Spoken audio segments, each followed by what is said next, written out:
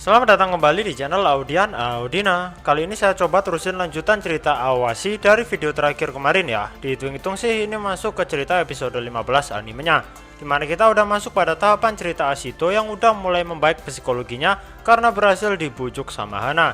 Dan kita langsung mulai aja ya. Jangan lupa di subscribe buat yang belum. Setelah kejadian keputusasaan sang karakter utama ini usai, cerita pun lalu beralih ke karakter yang lain. Latar cerita kali ini berada di area gym milik asrama pemain. Di sini terlihat Akutsu sedang latihan angkat beban, dan mengejutkannya tiba-tiba nongol Kuribayashi sembari membawa secari kertas. Ini Kuribayashi yang dianggap pemain super berbakat itu ya. Di sini dia menanyakan pada Akutsu kenapa di lobi asrama ramai sekali banyak orang di sana. Tak berhenti di situ saja, dia juga bertanya di mana anak yang bernama Ashito ini. Wah, ada apa ya ini? Mau ngapain coba cari Ashito? Lucunya di sini, Akutsu yang mendengar hal itu pun malah terlihat agak jengkel. Rasa bencinya ke Ashito udah mendarah daging ya kayaknya. Tapi Akutsu kemudian menjelaskan kalau lobi asrama yang ramai itu ada hubungannya sama anak yang bernama Ashito ini. Bocah itu belum balik ke asrama pemain dan sudah melanggar aturan jam malam, pungkas si Akutsu. Kuribayashi pun hanya keheranan di sini, dan Akutsu pun menjelaskan lagi kalau Ashito itu belum kembali karena bocah itu terkejut posisi bermainnya yang awalnya penyerang dirubah menjadi pemain bertahan. Akutsu pun menambahkan kalau bocah itu pasti sangat terkejut menerima kenyataan pahit ini dan akhirnya memutuskan untuk kabur dari asrama. Uniknya di sini Kuribayashi malah menanyakan balik kenapa juga Ashito harus sampai terkejut dan kabur seperti itu. Bukankah memang kemampuan Ashito cocok sekali jadi pemain bertahan? Kau sendiri juga tahu akan hal ini kan Akutsu, pungkas si Kuribayashi. Tapi di sini Akutsu pun sekali lagi berekspresi kian geram setelah mendengar hal ini. Jadi gini ya, maksud Kuribayashi di sini itu wajar kalau Ashito ditaruh posisi back karena memang dari awal dia diterima di Esperion untuk mengisi posisi itu. Lagian posisi itu juga sesuai dengan kemampuan bawaannya. Usut punya usut, dari awal memang ini juga sudah jadi rencana pelatih Fukuda kan. Terus di sini ceritanya Kuribayashi juga mengejek Akutsu agar mau melatih Ashito jadi back. Dirasanya kalau Akutsu yang mengajarinya, Ashito bakal bisa jadi pemain bertahan terbaik. Tapi ya Akutsu malah kian jengkel lagi di sini dan menyuruh si Kuribayashi ini pergi. Tapi percakapan ini belum selesai ya. Kuribayashi di sini malah menjelaskan lagi kalau Ashito memang benar-benar bisa bermain menjadi back. Itu bakal bisa memenuhi ambisi pelatih Fukuda yang selama ini ingin menambah lubang dalam pertahanan tim Esperion. Bersama dengan ucapannya barusan terdengar teriakan dari lobi yang memanggil-manggil nama Ashito. Ceritanya dia ternyata sudah kembali ya. Banyak rekan-rekannya yang begitu mengkhawatirkan keadaannya ini. Tapi dengan tersenyum santai dia berkata maaf kalau sudah melanggar jam malam asrama. Dia pun terus berjalan melewati semua teman-temannya dan berniat pergi menemui bibi penjaga asrama untuk minta maaf. Saat melangkah pergi ini, Akutsu pun tiba-tiba nongol tepat di hadapannya. Tapi Ashito nggak memperdulikannya, dengan acuh dia melewatinya begitu saja. Tapi ya, seperti inilah Akutsu. Tiba-tiba kata-kata menyebalkannya keluar dari mulutnya. Dia bilang pada Ashito kalau sangat memalukan sekali bagi seorang penyerang yang posisinya tiba-tiba harus dirubah paksa jadi pemain bertahan. Akutsu pun menambahkan kalau hal seperti ini bisa membuat sulit barisan pertahanan Esperion kedatangan pemain bertahan amatir seperti Ashito ini. Tak lupa dia juga mengecek Ashito apakah dia bakal lanjut bermain sepak bola atau enggak setelah kejadian ini. Ashito sebenarnya begitu geram mendengar hal ini, tapi entah bagaimana dia bisa mengendalikan emosinya dengan begitu baik. Secara tak terduga dia berjalan kembali ke arah Akutsu, lalu tiba-tiba dia membungkukkan badannya dan meminta Akutsu agar mau mengajarinya cara bermain sebagai pemain bertahan. Sebenarnya sih dia kesal kalau harus main jadi back, tapi dia terus berusaha menerima hal ini dan bertekad memulai lagi semuanya dari awal. Terus di momen membungkuk ini pun dalam hatinya dia masih terus berterima kasih pada Hana karena telah menghiburnya tadi.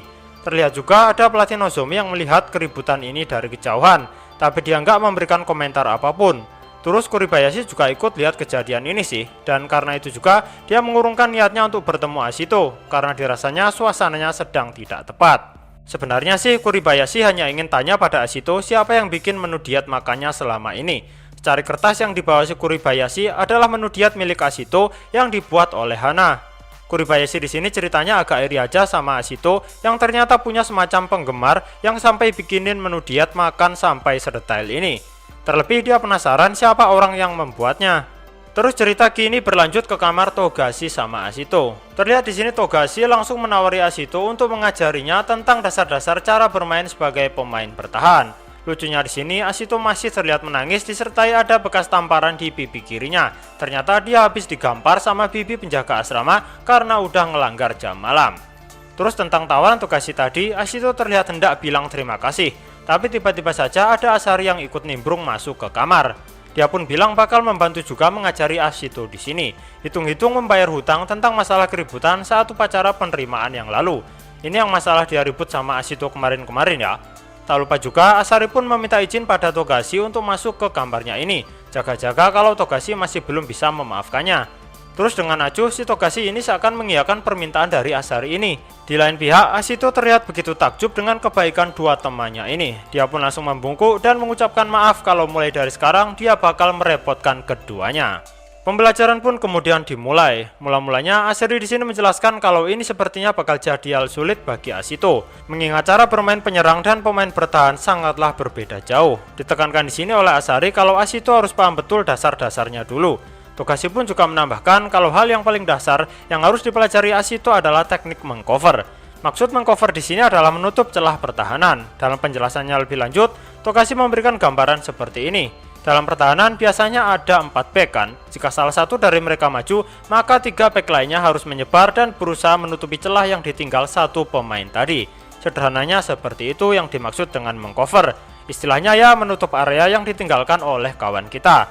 Dan biasanya yang sering ikut maju menyerang wingback kan ya. Jadi tugas utama back tengah di sini harus lebih solid lagi dalam menjaga kedalaman. Karena di belakang hanya tinggal 3 orang saja. Inilah yang ditekankan Asari sama Togashi di sini. Ashito kedepannya harus belajar mengcover area yang ditinggalkan rekannya atau mengcover area yang sudah tertembus oleh lawan. Inilah pondasi dasar dalam bermain sebagai seorang pemain bertahan. Lucunya di sini saat mengajari Ashito, baik Asari sama Togashi saling berebut menjelaskan. Dan saat keduanya mulai ribut, di sini Ashito dengan teriakan lantangnya bilang kalau hal mendasar seperti ini saja dia sudah paham betul. Kemudian cerita pun langsung berlanjut ke momen pelatihan tim A dan tim B. Di momen ini terlihat jelas para pemain yang kemarin promosi ke tim A senangnya bukan main. Bisa dilihat jelas dari wajah Asari sama Kuroda. Terus dalam kesempatan latihan kali ini yang mimpin itu Nozomi. Fukuda nggak kelihatan datang. Di sini Nozomi menjelaskan kalau hari ini setelah latihan dasar semacam passing dan yang lain-lainnya, kita bakal memainkan minigame. Yang mana tiap tim nantinya hanya berisi 9 orang dan bakal diadu selama 20 menit. Jadi di sini ceritanya ada 4 tim ya. Ashito pun masuk di tim B2. Dan jangan tanya lagi ya, otomatis di sini dia sudah langsung diposisikan jadi back. Tepatnya sih back sayap kiri. Sebelum bertanding, terlihat jelas di sini Ashito begitu fokus dan tenang karena ini latihan pertamanya adalah menjadi pemain bertahan. Dia bertekad nggak mau mengacaukannya. Terus dia masih sempat melamun mengenai pelatih Fukuda yang nggak datang. Jujur dalam hatinya, dia lega nggak bertemu dengannya. Kemudian dia juga teringat perkataan Hana kemarin yang bilang kalau segala perkataan dari pelatih Fukuda selalu memiliki makna tersembunyi. Ashito tapi berusaha membantahnya. Baginya nggak semua yang dikatakan Fukuda itu bisa selalu benar. Baginya pelatih Fukuda sudah salah menempatkannya jadi pemain bertahan. Dia pun di sini masih bertekad untuk bermain menyerang, biarpun ditaruh di barisan pertahanan. Ya karena bagi Ashito mencetak gol itu adalah segalanya. Tak cukup sampai di situ saja, di sini dia juga merasa kalau semisal berhasil menjalankan tugas sebagai pemain bertahan ini, dia yakin bakal bisa dimainkan lagi jadi penyerang suatu saat nanti.